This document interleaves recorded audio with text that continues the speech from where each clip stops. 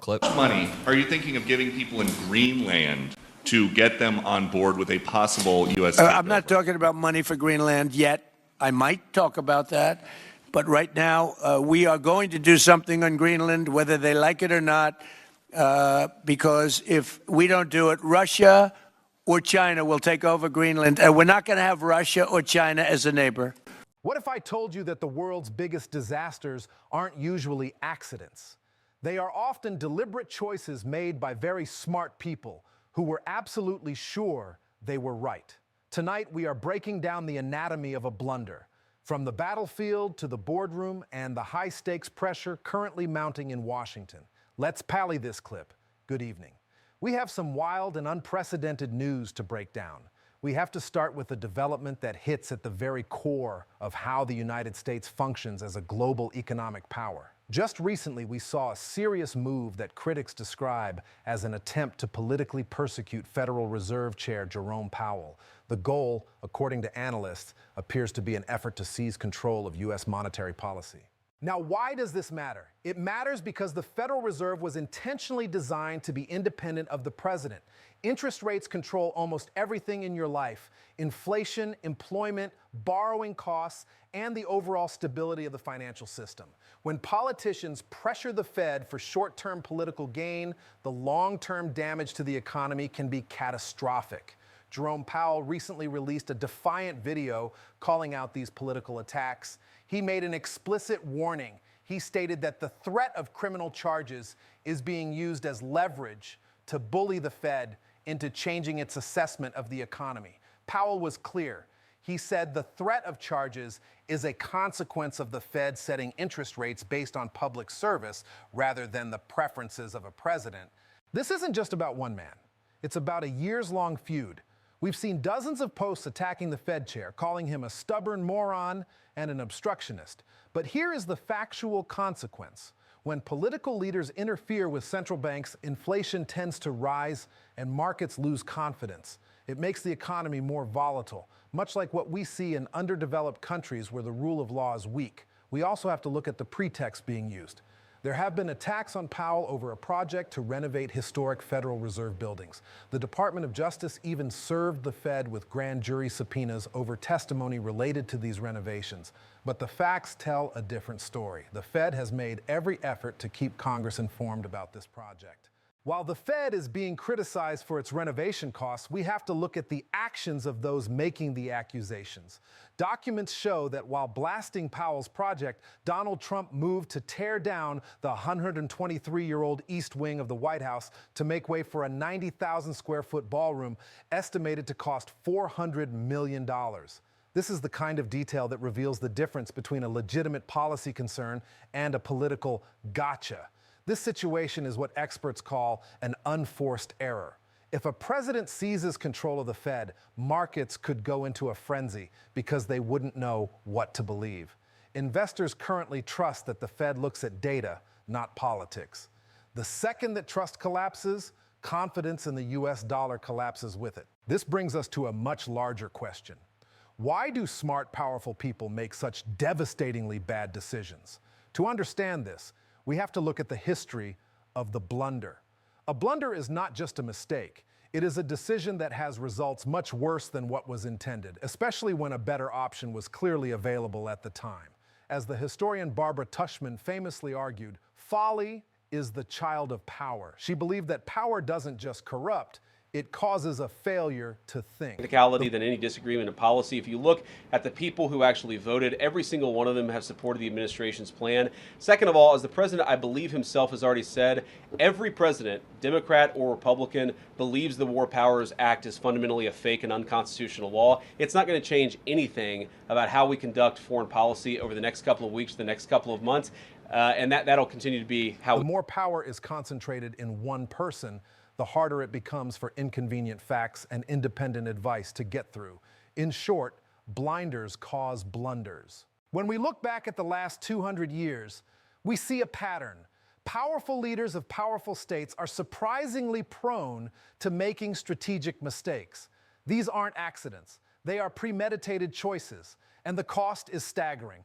Over the last 2 centuries, more than 30 million soldiers have died in wars caused by misjudgment and miscalculation.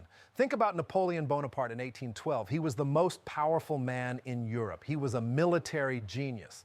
But his ego convinced him that he could force the Russian Tsar into a quick, decisive battle. He was warned. He was told that Russia was too big and the weather was too cold. But Napoleon ignored the facts. He assumed the Tsar would play by his rules. He was wrong. The Russians retreated, and Napoleon's Grande Armée was destroyed by hunger and winter. He lost 500,000 men because he couldn't imagine a scenario where he wasn't in control. Then look at 1941. Two separate leaders made nearly identical blunders. Adolf Hitler studied Napoleon's failure, yet he repeated it almost perfectly. He believed his blitzkrieg was invincible and that the Soviet Union would collapse like a rotten edifice. He ignored intelligence that the Soviets had twice as many divisions as he thought. His arrogance was so great that he refused to even prepare his troops for winter. 6 months later, Japan attacked Pearl Harbor. Japan's leaders knew the United States had more industrial power, but they gambled that a surprise attack would enrage Americans so much that they would simply give up and negotiate. Instead, the attack unified and energized the U.S. like never before. Within 6 months, the Japanese fleet was devastated at the Battle of Midway. These leaders weren't stupid. They were trapped in flawed cognitive models. A cognitive model is a simplified way of seeing the world. We all use them to handle complexity. But when a leader's model becomes more important than reality, disaster follows. They start scripting the future. They expect their enemies to follow their plan, and when the enemy refuses to follow the script, the leader loses control. This isn't just a military problem. We see it in the business world every single day. We can look at the arrogant CEO list and see the same patterns of hubris. Werner Baumann at Bayer thought buying Monsanto for $63 billion was a genius move. Instead, he got a 40% drop in stock value and endless lawsuits over cancer-causing weed killers. Adam Newman at WeWork convinced everyone his company was worth $47 billion, while he was blowing cash on tequila parties and private jets. When the reality of the IPO hit, the value crashed to $8 billion. Stephen Elop at Nokia stuck to Windows Phone, while the rest of the world moved to Android. Nokia went from a $150 billion titan to being sold off for just $7 billion. Even recently, we saw the CrowdStrike unforced error. A defective software update took global IT systems offline, causing massive disruption. Experts say this was preventable. It happened because basic fail-safe procedures, like testing the code on a small group first, weren't followed or failed to catch the bug. In an industry where speed is everything, they chose speed over security. There is a psychological name for part of this: the Dunning-Kruger effect. It's a cognitive bias where people with low ability in a specific area give themselves overly positive assessments. But here is the twist. It also applies to high performers who become so confident in one area that they think they are experts in everything. They stop listening. They lack the metacognitive ability to recognize their own incompetence in new situations. This is often combined with something called hubris syndrome. This is a dangerous mix of extreme self-confidence, ambition, and pride that emerges when someone gains great power. Hubristic leaders start to ignore the possibility of making mistakes. They stop allowing people to question their decisions. They move away from participatory management and toward a single, centralized center of power. In Washington, we see this when leaders rely on the blinding idea. This is a sweeping vision or theory that becomes so powerful that it smothers any contrary information. The 2003 invasion of Iraq is a perfect example. The U.S. was driven by several blinding ideas. The belief that Saddam had WMDs, the hope that a new democracy would transform the Middle East, and the assumption that the war would be quick and pay for itself. Decision makers ignored the CIA's warnings that a post-invasion Iraq could become a magnet for Islamic extremism. They ignored the State Department's analysis that the country was deeply divided and would be difficult to stabilize. They cherry-picked intelligence to fit a conclusion they had already reached. The result was an 8-year war that cost trillions of dollars and thousands of lives. So, how do we stop these blunders? The answer lies in something called the information value chain. Information isn't just data. It has to be gathered, analyzed, turned into knowledge, and then used for judgment. The breakdown usually happens at the top. The data exists, but it doesn't penetrate the bureaucratic barriers to reach the person making the choice. Or the leader simply disregards it because of a cognitive bias. Technology has made the supply of information better. We have more data than ever before. But technology hasn't made it easier for leaders to reason or make tough judgments. In fact, more information can sometimes make things worse. Smart people are often so good at reasoning that they use information to reach the conclusion they want rather than the correct one. They become more polarized, not less, as they get more information. To prevent blunders, governments need three things. First, they need independent institutional safeguards. We need sources of analysis that aren't afraid to tell a leader when they are wrong.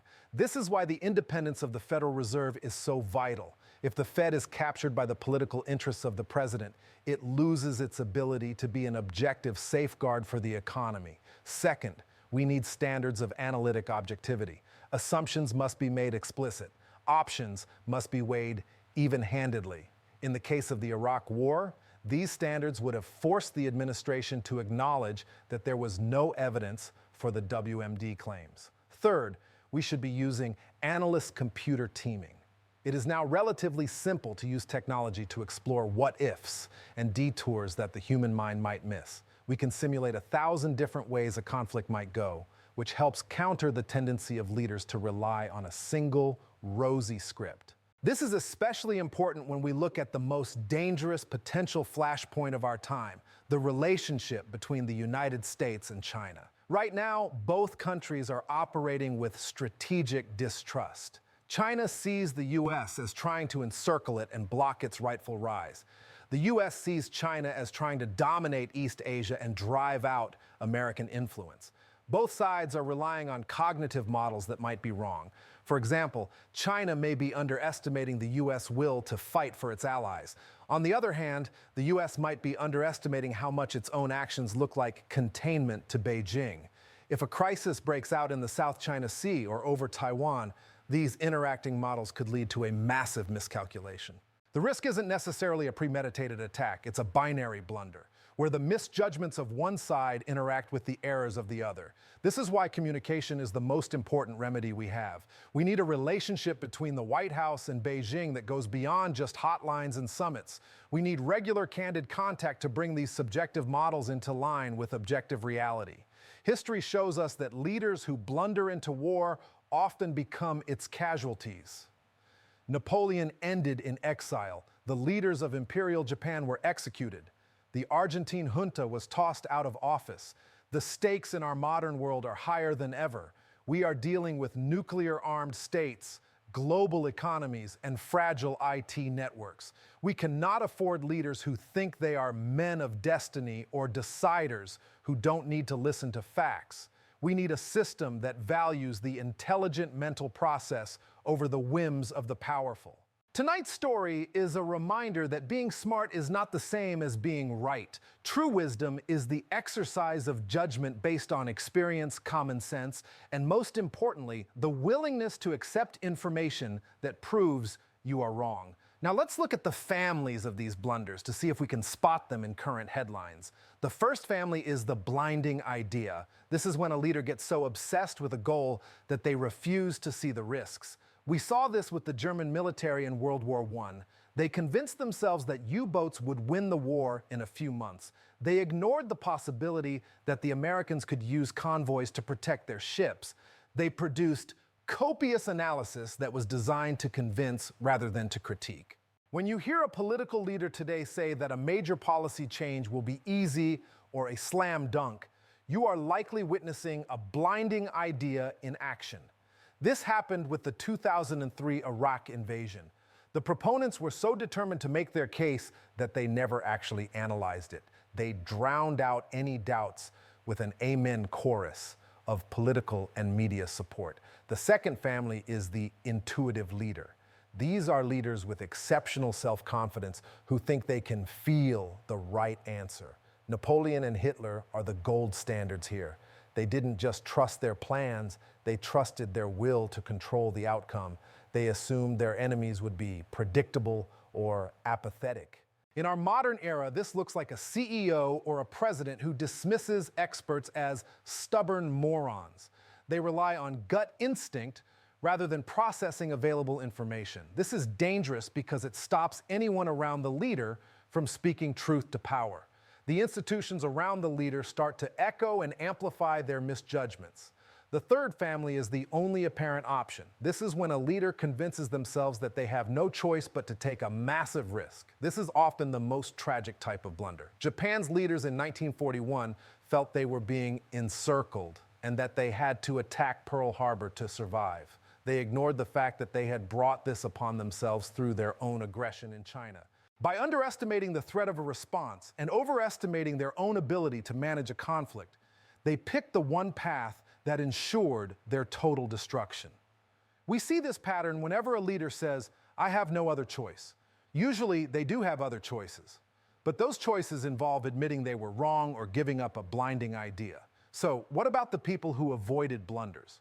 What can we learn from them? In 1917, Woodrow Wilson didn't want to enter World War I. He was a professor who hated the European power politics that caused the war. But as the facts changed, as Germany began sinking American ships, Wilson updated his model of reality. He didn't let his idealism blind him to the realism of the threat. He waited until he had a national consensus, which unified the country for the fight. In 1973, Henry Kissinger managed a nuclear crisis between the US and the Soviet Union. He didn't just rely on his gut, he stayed in constant, blunt communication with all parties, the Soviets, the Israelis, and the Egyptians. He actively sought information that contradicted his own views. Because he had a realistic and flexible model, he was able to prevent a world war while also advancing American interests in the Middle East. And in 1981, the Soviet Politburo, the same group that had blundered into Afghanistan 2 years earlier, actually avoided a second blunder in Poland. They wanted to invade to crush the Solidarity movement, but they looked at the facts. They saw that their economy was weak, that the Poles might fight back, and that the West would impose heavy sanctions. These jaundiced leaders of a rigid system proved they could still learn. They realized that the cost of invasion was greater than the cost of letting solidarity survive. They chose to look after the well-being of the Soviet Union itself rather than their pride. It was a rational, sober judgment that probably saved the world from a much more violent end to the Cold War. So the lesson is clear. Blunders are not inevitable. They are the result of human choices. They happen when we stop asking, "What if I'm wrong?" They happen when we stop listening to anyone who doesn't agree with us. And they happen when we try to script a future that we cannot control. Right now, we are seeing these same pressures in our own political and economic system. The fight over the independence of the Federal Reserve isn't just a technical debate about interest rates, it's a test of whether our government can still make decisions based on data and public service, or if we will fall into the trap of centralized leadership and hubris. The factual consequences of making that mistake are written in history. We see them in the ruins of Moscow in 1812 and the collapse of empires in 1945. We see them in the trillion-dollar costs of the Iraq War. And we see them in the thousands of businesses that have gone bankrupt because a CEO thought they were a man of destiny. The question for us today is whether we can learn from these patterns before we make the next unforced error. Can we build systems that value truth over power? Can we tolerate dissent and debate even when it's inconvenient? And can we find the humility to realize that no matter how smart we are always capable of being spectacularly wrong? We also have to consider the Dunning-Kruger Club. David Dunning famously said that the first rule of the club is that you don't know you're a member. In the world of high-stakes politics and business, this is a terrifying thought. It means that the people who are most likely to make a disastrous mistake are also the ones most convinced of their own genius. This is why we need institutional checks. We need the Federal Reserve to be independent. We need a media that asks hard questions. And we need a public that values reasoning above their personal political views. Because in the end, as Barbara Tushman warned, folly is timeless and universal. It doesn't matter if you're a king, a CEO, or a president. If you put on the blinders, you will eventually walk into the blunder. Tonight, as we look at the headlines about grand juries and economic threats, let's remember the lessons of the blinding idea. Let's remember the cost of underestimating the enemy. And let's remember that the most dangerous weapon in any leader's arsenal isn't a missile or a subpoena, it's their own ego. We will continue to follow the situation with the Federal Reserve and the ongoing developments in Washington. The independence of our financial system is one of the few shields we have against the hubris of the powerful. If that shield is broken, we all pay the price. We also need to look at the Hanlon's razor principle. It says, never attribute to malice that which is adequately explained by stupidity. In many of our historical cases, leaders weren't trying to destroy their own countries. They were just wooden-headed. They didn't think things through properly. They got caught up in the godly ego that comes with power. But in our modern world, the line between stupidity and malice starts to blur when a leader is warned of the consequences and chooses to ignore them anyway. When you are told that interfering with the Fed will wreck the economy and you do it anyway, that is more than just a mistake.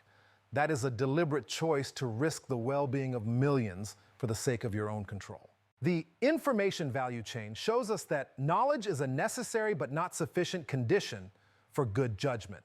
You can have all the intelligence in the world, but if you don't have the character to weigh it objectively, it's useless.